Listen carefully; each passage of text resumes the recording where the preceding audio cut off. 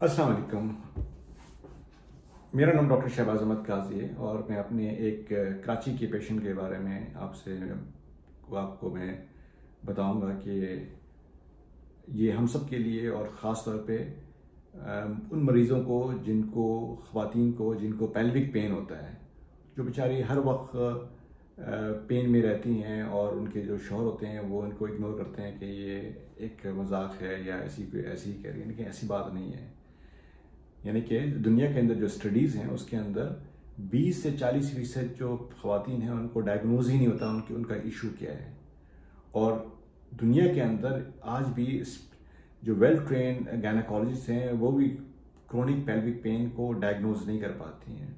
उसकी बहुत सारी वजूहत हैं। उसकी वजूहत के अंदर साइकोलॉजिकल इश्यूज़ हैं, उसके अंदर मेंटल स्ट्रेस है, उसके अंदर ख़वातीन की जो नीचे की जगह होती है जिसको पेल्विक फ्लोर कहते हैं, उसके अंदर उनकी डिसरेफिज्म होती है, यानी उसके अंदर उनका डिसफंक्शन चल रहा होता है, उसके पेल्विक फ्लोर मसल्स काम नहीं कर रहे होते हैं। इसके अलावा और बहुत सारे पेन स्टिमुलेटर्स होते हैं जिसकी नतीजे में पेशेंट्स को पेन हो रही होती है लेकिन डायग्नोस नहीं कर पा रहा होता है। तो उसके अंदर एक जो हमारी मेडिकल टर्मिनोलॉजी के अंदर जिसको हम पेल्विक वेनस डिसऑर्डर्स कहते हैं, पेल्विक वेनस डिसऑर्डर जिसके अंदर ख़वातीन जो होती हैं प्रेगनेंसीज के बाद जब वो अपने 6 महीने के बाद उनकी जो वेन्स होती हैं उनमें रिकवरी नहीं आती है तो उनकी वेन की टोन जो होती है बढ़ जाती है, जिसके नतीजे में उनके टांगों के अंदर वेरिकोज वेन डेवलप होती हैं, या उनकी वजाइना के अंदर जो उनकी जो सेक्सुअल एक्टिविटी वाली जगह है वहाँ पे उनकी वेरिकोज वेन्स डेवलप हो जाती है उसकी वजाइना के ऊपर। और जब वो अपने हस्बैंड के साथ कोई सेक्सुअल एक्टिविटी करती हैं तो उनको सेक्सुअल पेन होता है। और स्पेशली जब वो अपने काम करते हैं या खड़ी होती हैं और स्पेशली शाम के टाइम के ऊपर, यानी कि सुबह उठने के बाद वो एक पूरा सर्कल होता है जिसमें ऐसा ऐसा ऐसा वेन्स की प्रेशर बढ़ जाता है, जिसके नतीजे में उन ख़वातीन को उनकी वल्वर वेरिकोसिटीज डेवलप हो जाती है, जिसके नतीजे में उनको सेक्सुअल एक्टिविटी में प्रॉब्लम होती है, पेन होता है। वो तकरीबन 6 घंटे पेन रहता है। और ये वो तरह की ख़वातीन होती हैं जिनको ये सारे सिम्टम तकरीबन 6 महीने से चल रहे होते हैं। तो आमतौर पे गायनेकोलॉजी जो होती हैं सिंपल से उनको पेन मेडिकेशन ये चीज़ें दे देती हैं, लेकिन जो उनका जो इशू होता है वो सॉल्व नहीं होता। तो हमारे पास एक पेशेंट आई थी कराची के अंदर जिनको राइट साइड थाई के ऊपर उनके टांगों के ऊपर वेरिकोज वेन्स थी, और उनका मैंने वेरिकोज वेन स्क्रीनिंग में कर रहा था उनकी। अब खुद मैं करता हूँ वेरिकोज वेन स्क्रीनिंग करने के बाद, और जब मैंने उनकी सारी चीज़ें मैंने देखी तो उनका सारा ऊपर से नीचे रिफ्लेक्स आ रहा था, यानी कि फ्लो ऊपर नहीं जा रहा था, सारा नीचे रिफ्लेक्स आ रहा था। तो उनको हमने स्केड्यूल किया कि ठीक है अब हम आपका जो है वो लेज़र के ज़रिए आपकी वेरिकोज वेन एब्लेशन करेंगे। लेकिन बिल्कुल क्लिनिक ख़त्म करने से पहले उन्होंने मुझसे एक बात की कि मुझे वल्वर वेरिकोज है। जब उन्होंने ये बात की तो मैं रुक गया वहाँ उस बात के ऊपर। उन्होंने कहा वल्वर वेरिकोज, फिर मैंने दोबारा डिटेल हिस्ट्री देनी शुरू की। तो उन्होंने बताया कि ये इशू जो है इनको जो आखिरी बच्चे की पैदाइश के बाद उनको ये वल्वर वेरिकोसिटीज डेवलप हुई, और उसके बाद उनकी जो है ना पूरा एक गुच्छा बनाया उनकी वजाइना के पास जो सेक्सुअल एक्टिविटी जगह है। और जब वो सेक्सुअल एक्टिविटी करती हैं अपने हस्बैंड के साथ तो उनको वो पेन महसूस होता है। तो उस टाइम पे फिर मैं रुक गया। उस टाइम पे रुकने के बाद फिर मैंने उस ख़वातीन का मैंने कहा नहीं, इसका मतलब है कि कोई ना कोई ऊपर वजह ज़रूर ही है। उनका फिर मैंने एक MRI करवाया, और जब मैंने उनका MRI कराया तो उसके अंदर उनकी पेल्विस के अंदर वेरिसीज थी, और जब वो वेरिसीज थी और उसका मैं देख रहा था कि वो वेरिसीज के जो है वो ऑल द वे नीचे वजाइना तक जा रही थी। तो हमारी जो ट्रीटमेंट प्लान स्ट्रेटजी थी वो सारी चेंज हो गई उस टाइम के ऊपर। और हमने उस टाइम पे डिसाइड किया कि जब तक हम इनका पेल्विक वेरिसीज को मैनेज नहीं करेंगे इनका जो थाई के अंदर वेरिकोज वेन्स हैं वो कभी भी सॉल्व नहीं होंगे, क्योंकि पेल्विस में और थाइज में कुछ स्केप पॉइंट्स होती हैं, कुछ वेन्स होती हैं जो आपस में कम्युनिकेट करती हैं, उनको हम स्केप पॉइंट्स कहते हैं।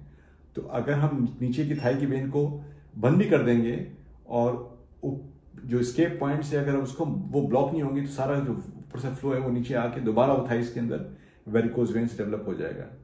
तो फिर उनको हमने स्केड्यूल किया। एक प्रोसीजर है जिसको हम कहते हैं पेल्विक कंजेशन सिंड्रोम, इस डिजीज को कहते हैं। और जिसके अंदर हमने ओवेरियन वेन एम्बोलाइज किया है। उनके हमने दोनों वेन्स में जाके ओवेरियन वेन उनकी एंजियोग्राफी की और हमने देखा कि वो जब हमने एंजियो किया तो वो सारा का सारा ब्लड जो है वो सारा का सारा वल्वा तक जा रहा था, यानी कि वो जहाँ उनकी वजाना तक वो वेरिकोज थी वहाँ तक जा रही थी। फिर हमने उनको उनकी ओवेरियन वेन एम्बोलाइज किया। हमने ओवेरियन वेन एम्बोलाइज करने के बाद और उसके बाद फिर जब हमने उनको पहले लेफ्ट किया फिर राइट किया और फिर उसके बाद हमने ये प्रोसीजर मुकम्मल किया। उसके बाद 1 महीने के बाद फिर मैंने उनको कॉल किया कि अब आपकी जो है पहले के मुकाबले में जो आपकी जो वल्वो वेरिकोसिटीज है उसकी क्या पोजीशन है।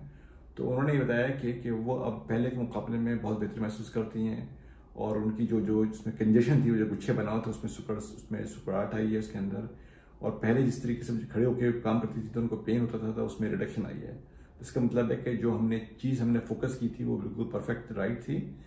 तो अब हमारा नेक्स्ट प्लान ये क्या 3 महीने के बाद उनका जो है ना इंशाअल्लाह उनकी हम राइट वेरिकोज वेन जो है रिफ्लक्स है उसकी हम लेजर के जरिए उनकी हम एब्लेशन करेंगे ग्रेट सफरेंस वेन की, उनकी वेन की, ताकि उनकी जो नीचे की जो टांगों की गुच्छे हैं वो भी सारे खत्म हो जाएं, ताकि पेशेंट के सिम्टम जो हैं वो बेहतर हो जाएं, ताकि ये जो मेन इशू था उनका प्रेगनेंसी के बाद जो पेल्विक इंफेक्शन सिंड्रोम या जिसकी वजह से उनको पेल्विक पेन होता था वो कोर इशू सॉल्व हो जाए।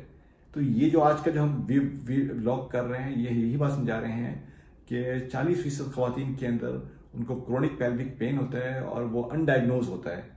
तो उसको डायग्नोज करने के जो तरीक़ेकार हैं वो पेशेंट के सिम्टम्स की से डायग्नोज होता है उसके अंदर। अगर और कोई वजूहत नहीं है, पेशेंट को कोई जो है बाउल रिलेटेड इशू नहीं है, कोई पेल्विक फ्लोर रिलेटेड इशू नहीं है, कोई साइकोलॉजिकल इशू नहीं है, पेशेंट जो है वो प्रेग्नेंट था और उसके बाद उसको ये चीज़ें डेवलप हुई हैं, तो उसका मतलब हमें इस बात को इग्नोर नहीं करना चाहिए। पेल्विक पेनिस डिसऑर्डर एक बहुत इंपॉर्टेंट डिजीज़ है जो अनडायग्नोज होता है मोस्ट ऑफ द वुमेन्स के अंदर, और स्पेशली हमारे पाकिस्तान में तो ये कॉन्सेप्ट ही नहीं है, डायग्नोज ही नहीं होता ये, और वो गायनेकोलॉजिस्ट सिर्फ पेन मेडिकेशन पे उसको लेके चल रही होती हैं।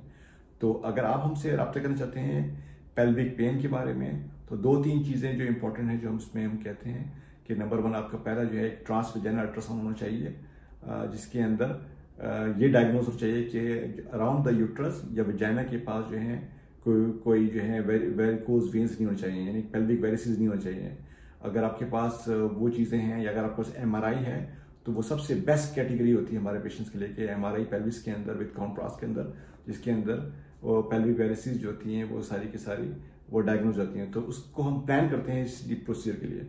तो अगर आप हमसे रब्ता करना चाहते हैं क्रोनिक पेल्विक पेन फीमेल्स के अंदर या पेल्विक इंफेक्शन सिंड्रोम के बारे में, तो आप हमारी सोशल वेबसाइट्स या हमारे जो तीनों शहरों में जो क्लिनिक होती है कराची, लाहौर, इस्लामाबाद के अंदर, उसके लिए हमारे ऑनलाइन क्लिनिक से हमारी टीम जो होती है सोशल मीडिया के ऊपर उससे रब्ता करें। हमारी जो है डेली फ्री ऑनलाइन क्लिनिक होती है इस तमाम पेशेंट के एजुकेशन के लिए और उनकी अवेयरनेस के लिए, और उसके बाद फिर जो है हम अपने पेशेंट को जब हमारी सारी इन्वेस्टिगेशंस पूरी हो जाती है फिर पेशेंट को हम स्केड्यूल करते हैं अपने प्रोसीजर्स के लिए। शुक्रिया।